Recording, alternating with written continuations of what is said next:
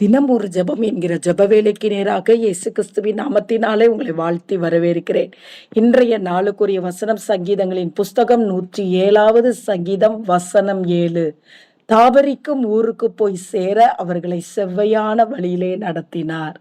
நாம் யாவரும் கண்களை மூடி தேவனை நோக்கி ஜெபிப்போம். எங்களை நேசிக்கிறதான நல்ல தகப்பனே, இந்த நாளுக்காக நாங்கள் நன்றியோடு உம்மை துதிக்கிறோம் ஆண்டவரே. கர்த்தர் கொடுத்த புதிய நாளுக்காக உமக்கு நன்றி, புதிய கிருபைக்காக உமக்கு நன்றி ஆண்டவரே.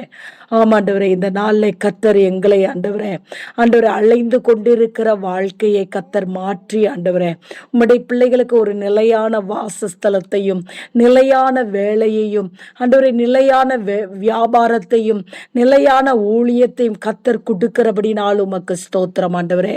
என்னோடு கூட சேர்ந்து ஜெபிக்கிற உம்முடைய பிள்ளைகளுடைய குடும்பங்களுக்குள்ளே ஆண்டவரே எந்த காரியத்தை நிமித்தமாய் உம்முடைய பிள்ளைகள் அலைந்து கொண்டிருக்கிறார்களோ, ஒருவேளை சொந்த வீட்டுக்காக அலைந்து கொண்டிருக்கிற பிள்ளைகளுக்கு ஆண்டவரே அவர்கள் தாபரிக்கிற ஒரு இடத்தை கர்த்தர் தந்தருளும்படியாய் ஜெபிக்கிறேன் ஆண்டவரே. வியாபாரம் நிலை இல்லாதபடிக்கு ஆண்டவரே தத்தளிப்போடு இருக்கிற பிள்ளைகளுக்கு ஆண்டவரே வியாபாரத்தை நிலைப்படுத்தி அதை செழித்தோங்க பண்ணும்படியாய் ஜெபிக்கிறேன் சுவாமி.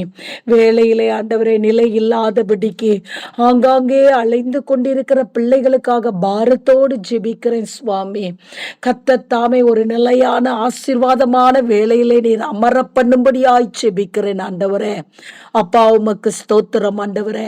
ஆண்டவரே ஊழியத்திலே நிலையில்லாதபடிக்கு இருக்கிற ஊழியர்களுக்காக ஜெபிக்கிறேன் ஆண்டவரே. உமக்கு ஸ்தோத்திரம். நீர் எந்த இடம் காண்பிக்கிறீரோ அந்த இடத்துல உம்முடைய பிள்ளைகள் ஆண்டவரே தங்களுடைய ஊழியத்தை நிறைவேற்றுகிறவர்களாய் காணப்பட கர்த்தர் உதவி செய்க.